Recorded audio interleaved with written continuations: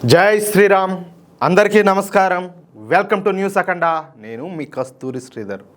ఒకవైపు 4 లక్షల కోట్లు, మరోవైపు చూస్తే కేవలం 9,000 కోట్లు. అమెరికా, జపాన్ వంటి దేశాలు చేతులెత్తేసిన అసాధ్యాన్ని మోడీ గారి దార్శనికతతో భారత్ సుసాధ్యం చేసింది. మిత్రులారా, ఈరోజు ప్రతి భారతీయుడు కూడా గర్వంగా తల ఎత్తుకుని రొమ్ము విరుచుకుని ప్రపంచానికి ఒక విషయం చాటి చెప్పాల్సినటువంటి రోజు ఇది. ఎందుకంటే దశాబ్దాలుగా ఏ దేశాలైతే మనల్ని పాములాడించే దేశమని, పేదరికంతో కొట్టుమిట్టాడేటటువంటి దేశం అని చెప్పేసి ఎగతాళి చేసినాయో, ఏ పాశ్చాత్య మేధావులైతే భారతదేశానికి టెక్నాలజీ అంటే తెలీదు, అసలు వీళ్ళ వల్ల ఏమీ కాదని చెప్పేసి వెటకారంగా మాట్లాడినారు, ఈరోజు వాళ్ళందరి నోళ్ళు మూయించే విధంగా భారత్ ఒక మహాద్భుతాన్ని అయితే ఆవిష్కరించింది. అవును మిత్రులారా, భారత అణు కార్యక్రమం అంటే న్యూక్లియర్ ప్రోగ్రాంలో అత్యంత కీలకమైనటువంటి, అత్యంత కఠినమైన 2వ దశ అంటే సెకండ్ స్టేజ్లోకి మనం అధికారికంగా అడుగుపెట్టినాం. చాలా మంది అడుగుతున్నారు, అసలు ఈ అద్భుతం అనేది ఎక్కడ జరిగింది? మేమేదో న్యూస్లో వింటా ఉన్నాం, చూస్తూ ఉన్నాము, కానీ మాకు ఏడా కూడా క్లియర్గా తెలియడం లేదు,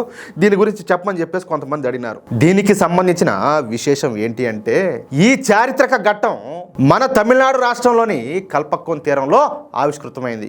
ఇక్కడ కల్పక్కం అంటే చెన్నైకి కేవలం 70 కిలోమీటర్ల దూరంలో బంగాళాఖాతం ఒడ్డున ఉన్నటువంటి ఒక ప్రాంతం అన్నమాట. కానీ మన జాతీయవాదులకి అది కేవలం ఒక ఊరు మాత్రమే కాదు, అది మన భారతదేశ అణుశక్తి కోట అన్నమాట.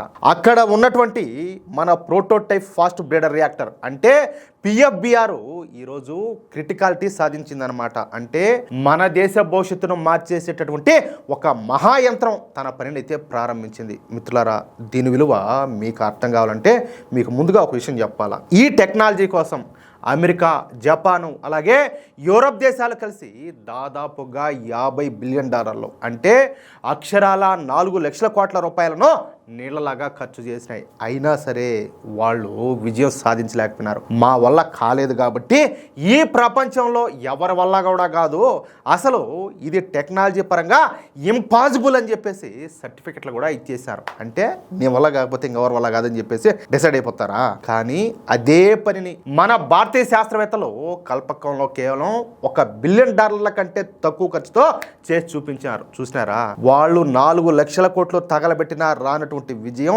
మన దేశీయ పరిజ్ఞానంతో మన వాళ్ళు అతి తక్కువ ఖర్చుతో సాధించారు. ఇది కదా భారతీయ ఇంజనీరింగ్ సత్తా అంటే, ఇది కదా మన ఆత్మనిర్భర్ భారత్ అంటే. అవునా కాదా మిత్రులారా? ఇక్కడ మనం కొంచెం ఆగి ఆలోచించాలా. మనల్ని ఎప్పుడు కూడా తక్కువ చేసి చూసేటటువంటి ఆ పాశ్చాత్య దేశాల తీర్పిన మనకు కోపం రాకుండా ఉండదు. ఏం వాళ్ళు ఆ విధంగా మనం తక్కువ చేసి మాట్లాడుతూ ఉంటే మనకు ఎందుకు రాదు కోపం? కాదులే, ఏం మనలో ఈ దేశం రక్తం లేదా? మనలా అమెరికా $15 బిలియన్ ఖర్చు చేసి మా వల్ల కాదు బాబోయ్ అని చెప్పేసి చేతులు ఎత్తేసింది. జపాన్ లాంటి టెక్నాలజీ ఉన్నటువంటి దేశం $12 బిలియన్ ఖర్చు చేసి వాళ్ళ మంజూ రియాక్టర్లో చిన్న చిన్న మంటలు రాగానే భయపడి పారిపోయింది. బ్రిటన్, జర్మనీ దేశాలు కూడా వేల కోట్లు పోగొట్టుకుని ఇది చాలా కష్టం, భారతీయులు దీన్ని అస్సలు చేయలేరని చెప్పేసి శాపనార్థాలన్నీ కూడా పెట్టినాయి. అంటే మేమే తెలివిన వాళ్ళము, మిగతా వాళ్ళు ఎవరు కాదు అన్నట్టుగా. కానీ ఈరోజు మన భారతీయ శాస్త్రవేత్తలు ఆ అసాధ్యాన్ని సుసాధ్యం చేశారు. ప్రస్తుతం ప్రపంచంలో కేవలం రష్యా దగ్గర మాత్రమే ఉన్నటువంటి ఈ టెక్నాలజీ ఇప్పుడు మన భారత్ సొంతమైందనమాట. ఇది వింటుంటే మీకు అందరికి కూడా గర్వంగా లేదా? మిత్రులారా, కల్పక్కం అంటే ఒక అద్భుతమైనటువంటి ప్రయోగశాల అనమాట. ఇక్కడ ఉన్నటువంటి మద్రాస్ అటామిక్ పవర్ స్టేషన్ అంటే MAPS విదేశీయుల సహాయం లేకుండా మన వాళ్ళు కట్టుకున్నటువంటి మొదటి అణు విద్యుత్ కేంద్రం. ఇక్కడే Indira Gandhi centre for atomic research అంటే IGCAR ఉండదన్నమాట. ఇక్కడి శాస్త్రవేత్తలు పగలు రేయి తపస్సు చేయడం వల్లే ఈరోజు మనం ఈ స్థాయికి అయితే వచ్చినాం. ఈ కల్పక్కం అనేది కేవలం విద్యుత్తును మాత్రమే ఇవ్వదు, మన దేశ అణుబాంబులకు కావాల్సిన అత్యున్నత స్థాయి ప్లూటోనియం ఇక్కడి నుంచే తయారవుతుంది. అందుకే చైనా, పాకిస్తాన్ వంటి శత్రు దేశాలు ఈ కల్పక్కం పేరు వింటేనే వణికిపోతాయి. అందరికీ అర్థమయ్యే విధంగా చెప్పాలి అంటే, మనం ఏదైనా బండిలో గనక 1 లీటర్ పెట్రోల్ కొట్టిస్తే ఏమవుతుంది? అది మనల్ని మన గమ్యానికి చేర్చి ఆ పెట్రోల్ కాస్త ఖాళీ అయిపోతుంది. మామూలుగా చెప్తూ అంటారు కదా, ఇదిగో ఈ కారు 10 కిలోమీటర్లు వస్తుంది మైలేజ్, లేకపోతే 20 కిలోమీటర్లు వస్తుంది, ఇదిగో ఈ బైక్ 50 కిలోమీటర్లు వస్తుంది, లేకపోతే 100 కిలోమీటర్లు వస్తుంది అని చెప్పి ఇట్లా చెప్తూ ఉంటారు కదా, ఏది లీటర్కు. అది మనం అక్కడ పోయితే ఏమవుతుంది? అది ఖాళీ అయిపోతుంది. కానీ ఈ కల్పక్కంలోని ఈ ఫాస్ట్ బ్రీడర్ రియాక్టర్ ఎలా ఉంటుందో తెలిసిన, 1 లీటర్ పెట్రోల్ వాడితే అది మిమ్మల్ని మీ గమ్యానికి చేర్చడమే కాకుండా ఇంకో 2 లీటర్ల కొత్త పెట్రోల్ను పుట్టిస్తుంది అనమాట. అంటే నేను మీకు అర్థం అవడానికి ఎగ్జాంపుల్ చెప్తున్నా, వినడానికి మీకు అందరికి కూడా ఆశ్చర్యంగా ఉండదు కదా, కానీ ఇదే వాస్తవం. ఈ రియాక్టరు ఎంత ఇంధనాన్ని అయితే వాడుకుంటుందో అంతకంటే ఎక్కువ ఇంధనాన్ని తయారు చేస్తుంది అనమాట. అందుకే దీన్ని బ్రేడర్ అంటే పుట్టించేది అంటారు. దీనివల్ల మనకు 2 లాభాలు ఉన్నాయి. ఒకటి వచ్చేసి అంతులేని విద్యుత్తు అంటే కరెంటు, రెండోది వచ్చేసి మన దేశ రక్షణకు అత్యంత అవసరమైనటువంటి ప్లూటోనియం అన్నమాట. మిత్రులారా, ఇక్కడ విశ్లేషణ అనేది చాలా ముఖ్యం. ఎందుకంటే ప్రతి ఒక్క పాయింట్ అందరికి కూడా అర్థం కావాలా. మనకందరికి కూడా తెలుసు ప్రపంచంలో ప్రస్తుతం గొడవలు ఏ విధంగా ఉన్నాయో, ఏ దేశం ఎప్పుడు ఎవరి మీద పడతాదో ఎవరికి కూడా తెలియదు. అలాంటి సమయంలో మన దేశ భద్రత మన చేతుల్లో ఉండాలి, అవునా కదా?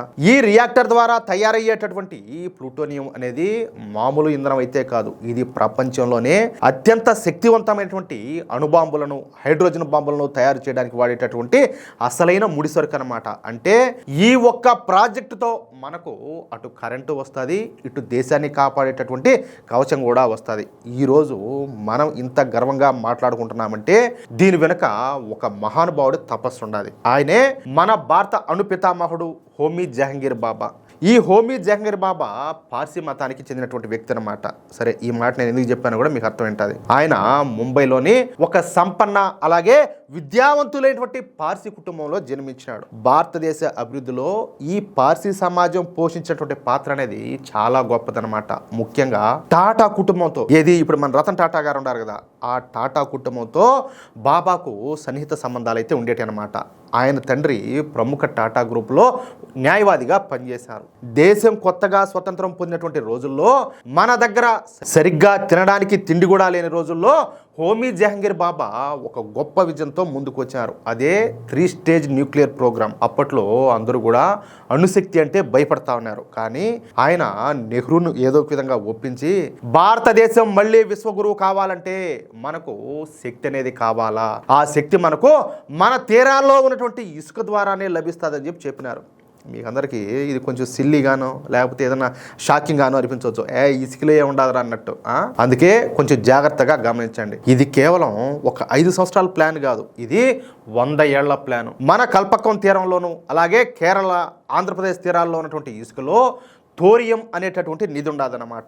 ప్రపంచంలో ఎక్కడా లేనంత థోరియం మన దగ్గరే ఉండాలి. కానీ మన దురదృష్టం ఏంటంటే ఈ థోరియంని మనం డైరెక్ట్గా వాడలేమన్నమాట. దాన్ని వాడాలంటే మనకు స్టేజ్ 2 రియాక్టర్లు కావాలా. ఈరోజు కల్పకంలో ప్రారంభమైంది అదే. ఈ రియాక్టర్ ద్వారా మనం థోరియంని ఇంధనంగా మార్చుకోవచ్చు అనమాట. ఒక్కసారి మనము 3వ దశలోకి వెళ్ళామా అంటే, ఇప్పుడు 2 స్టేజ్లు సక్సెస్ కదా, 3వ స్టేజ్లో కనుక వెళితే ఇంకా రాబోయేటటువంటి 700 సంవత్సరాల వరకు భారత్కి వేరే దేశం నుంచి ఒక బొగ్గు ముక్క కానీ ఏమే 1 లీటర్ పెట్రోల్ కానీ కొనాల్సినటువంటి అవసరమే ఉండదు. ఇది కదా అసలైనటువంటి స్వాతంత్రం అంటే, అంతేనా కదా? ఎందుకంటే మన విదేశాల మీద ఆధారపడకుండా మన స్వతంత్రంగా బతుకుతున్నాం, అది కదా అసలు చేసినటువంటి స్వాతంత్రము.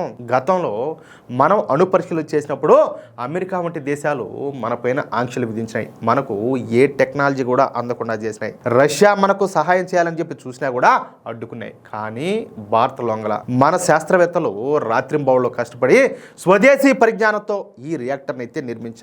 ఈ ప్రయాణంలో ఎన్నో అడ్డంకులు ఏర్పడినాయి. 2004లో అటల్ బిహారీ వాజ్పేయి గారి హయాంలో మొదలైనటువంటి ఈ ప్రాజెక్టు మధ్యలో ఎన్నో ఇబ్బందులు పడింది. అంటే ఇక్కడ మీకు ఒక డౌట్ రావచ్చు, అరే 2004లో కాంగ్రెస్ ప్రభుత్వం వచ్చింది కదా అనేసి. కానీ కాంగ్రెస్ ప్రభుత్వం రాకముందే 1998 నుంచి 2004 మధ్యన అటల్ బిహారీ వాజ్పేయి గారు 3 సార్లు ఈ టెస్ట్లు అయితే చేపించారనమాట. కానీ 2014లో ప్రధాని మోడీ గారు అధికారంలోకి వచ్చాక ఈ ప్రాజెక్టుకి ఇస్తున్నటువంటి ప్రాధాన్యత మరింతగా మారిపోయింది. మిత్రులారా, ఇది కేవలం ఒక సైన్స్ ప్రాజెక్ట్ కాదు, ఇది ఒక దేశం తన ఆత్మగౌరవాన్ని కాపాడుకోవడానికి చేస్తున్నటువంటి పోరాటం. వెస్టర్న్ మీడియా ఎప్పుడు కూడా మనల్ని ఎగతాళి చేస్తా, కార్టూన్లు వేస్తుందన్నమాట. అంటే భారతీయులంటే చిన్న చూపు, చులకన. కానీ ఈరోజు అదే వెస్టర్న్ మీడియా ఆశ్చర్యపోయి చూస్తుంది, భారత్ ఏంటి ఇంత తక్కువ ఖర్చుతో ఇంత పెద్ద పని ఏ విధంగా చేసిందని చెప్పేసి వాళ్ళందరూ కూడా ఆశ్చర్యపోతున్నారు. దానికి సమాధానం ఒకటే, ఇది కొత్త భారతం, తన సమస్యలకు తానే పరిష్కారం వెతుకునేటటువంటి నవభారతం.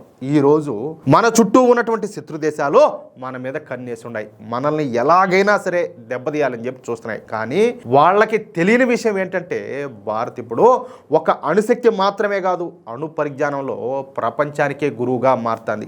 ఈ రియాక్టర్ ద్వారా మనం తయారు చేసేటటువంటి ప్లూటోనియం మన దగ్గర ఉన్నటువంటి అణు వార్ హెడ్ల సంఖ్యను పెంచుకోవడానికి ఉపయోగపడుతుంది. ఒక అంచనా ప్రకారం మనం ప్రతి సంవత్సరం దాదాపు 30 నుంచి 35 అణుబాంబులను తయారు చేయగలిగినటువంటి సామర్థ్యాన్ని ఈ రియాక్టర్ ద్వారా పొందగలుగుతాం అన్నమాట. మనం శాంతిని కోరుకుంటాం, కానీ మన శాంతికి ఎవరైనా భంగం కలిగించాలని చెప్పి చూస్తే వాళ్ళను భస్మం చేసేటటువంటి శక్తి కూడా మన దగ్గరే ఉండాలి. అదే ఈ ప్రాజెక్ట్ యొక్క అసలు ఉద్దేశం.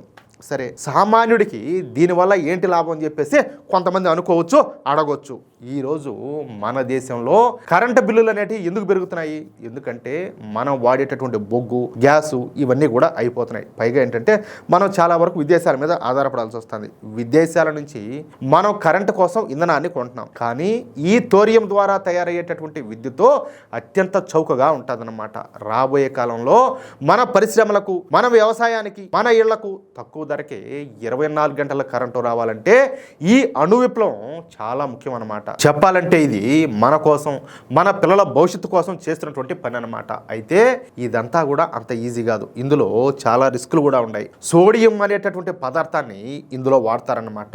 ఈ సోడియం గాలికి తగిలితే మంటలు వస్తాయి, నీళ్లు తగిలితే పేలిపోతుంది. జపాన్లో జరిగింది కూడా ఇదే. అందుకే ప్రపంచ దేశాలన్నీ కూడా భయపడి ఆగిపోయినాయి. కానీ మన శాస్త్రవేత్తలు ఆ ప్రమాదకరమైనటువంటి సోడియంను కూడా ఏ విధంగా కంట్రోల్ చేయాలో నేర్చుకున్నారు.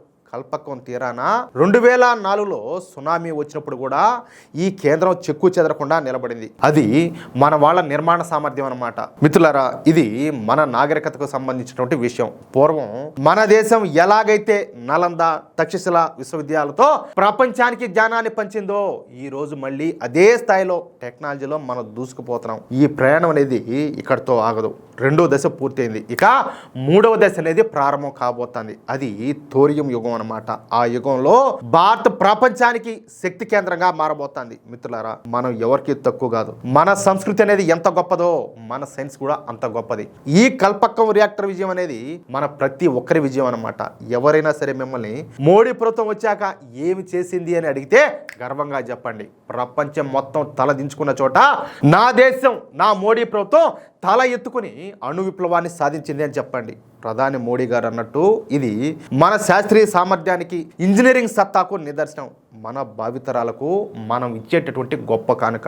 సోషల్ మీడియాలోను బయట కూడా ఈ విషయాన్ని అందరికీ తెలియజేయండి. జాతీయవాదం అంటే కేవలం మాటలు కాదు, ఇలాంటి విజయాలను సెలబ్రేట్ చేసుకోవడం కూడా. మిత్రులారా, మనం ఒక విషయం గురించి ఖచ్చితంగా మాట్లాడుకోవాలా. ఈరోజు మన కల్పకం రియాక్టర్ సక్సెస్ అయిందంటే ఇది కేవలం మన శాస్త్రవేత్తలు ల్యాబొరేటరీలో చేసినటువంటి కృషి వల్ల వచ్చిన గెలుపు మాత్రమే కాదు, ఇది ఢిల్లీ పీఠం పైన కూర్చున్నటువంటి ఒక ధీర నాయకుడి రాజకీయ సంకల్పానికి దక్కినటువంటి విజయం. మనం గతంలో కూడా చూసినాం, ప్రాజెక్టులు అనేటివి మొదలవుతాయి, కానీ నిధులు లేకనో విదేశీ ఒత్తిళ్లకో భయపడిపోయి మధ్యలోనే అటకెక్కుతాయి. ఏదే ఇందిరాగాంధీ హయాంలో అదే కదా జరిగింది. కానీ నరేంద్ర మోడీ గారి నాయకత్వంలో ఆ పరిస్థితి అనేది మారిపోయింది. ఇది మన మోడీ గారి దార్శనికత. ఆయనకు తెలుసు, భారత్ 2047 నాటికి వికసిత్ భారత్ కావాలంటే మనం చేయి చాచే స్థితిలో ఉండకూడదు, ఇచ్చే స్థితిలో ఉండాలని చెప్పేసి. అందుకే పాశ్చాత్య దేశాలు ఆంక్షలతో మనల్ని భయపెట్టాలని చూసినా మేము తగ్గేది లేదని చెప్పేసి మన శాస్త్రవేత్తలకు పూర్తి స్వేచ్ఛను అండను ఇచ్చింది మన మోడీ ప్రభుత్వం. అలాంటి నాయకుడు ఉండబట్టే ఇదంతా కూడా సాధ్యమైంది. ఒక్కసారి ఆలోచించండి. ఒకవైపు యుద్ధాలు, మరోవైపు ఆర్థిక మాంద్యం, ఇంకోవైపు వచ్చేసి అంతర్జాతీయ కుట్రలు. వీటన్నింటినీ ఎదుర్కొంటూనే అణుశక్తి వంటి అత్యంత సున్నితమైన రంగంలో భారత్ ఈరోజు జెండా పాతిందంటే అది మోడీ గారి యొక్క వ్యూహ చతురత కాదా? ఒకసారి చూడండి, ఆలోచించండి మీరే. 2004లో ఆగి నడిచినటువంటి ఈ ప్రాజెక్టును గత 10 ఏళ్లలో యుద్ధ ప్రాతిపదికన ముందుకు తీసుకెళ్లి డెడ్ లైన్లను అధిగమించి ఈ రోజు సాకారం చేశారంటే ఆ క్రెడిట్ అంతా కూడా నిస్సందేహంగా మన మోడీ గారి నాయకత్వానికే దక్కుతుంది. ఇది కేవలం కరెంటు తయారు చేసే మిషన్ మాత్రమే కాదు, ఇది మోడీ గారు నిర్మించినటువంటి నవభారత శక్తి క్షేత్రం. మిత్రులారా, మన న్యూస్ అఖండ తరపున ఈ అద్భుతాన్ని సాకారం చేసినటువంటి మన శాస్త్రవేత్తలకు, ఇంజనీర్లకు, శిరస్సు వంచి నమస్కరిస్తున్నా. అలాగే మన దేశాన్ని అణుశక్తి రంగంలో విశ్వగురువుగా నిలబెట్టినటువంటి ప్రధాని మోడీ గారి దృఢ సంకల్పానికి హ్యాట్స్ ఆఫ్. ఈరోజు మనమందరం కూడా గర్వంగా మన జాతీయ పతాకానికి జై హింద్ అని చెప్పేసి సెల్యూట్ చేద్దాం. ఈ సమాచారం ప్రతి భారతీయుడికి చేరాలా. ఆ పాశ్చాత్య దేశాల ఎగతాళికి మన సమాధానం ఏంటో అందరికి కూడా తెలియాలా. ఈ వీడియోను ప్రతి ఒక్కరు కూడా లైక్ చేయండి. మీరు ఉన్నటువంటి ప్రతి వాట్సాప్ గ్రూప్లోనూ ప్రతి ఫేస్బుక్ గ్రూప్లోనూ ఈ వీడియోను షేర్ చేయండి. మన దేశ గొప్పతనాన్ని, మన నాయకత్వ సత్తాను 10 మందికి చాటి చెప్పండి. జై శ్రీరామ్, జై హింద్, భారత మాతాకి జై.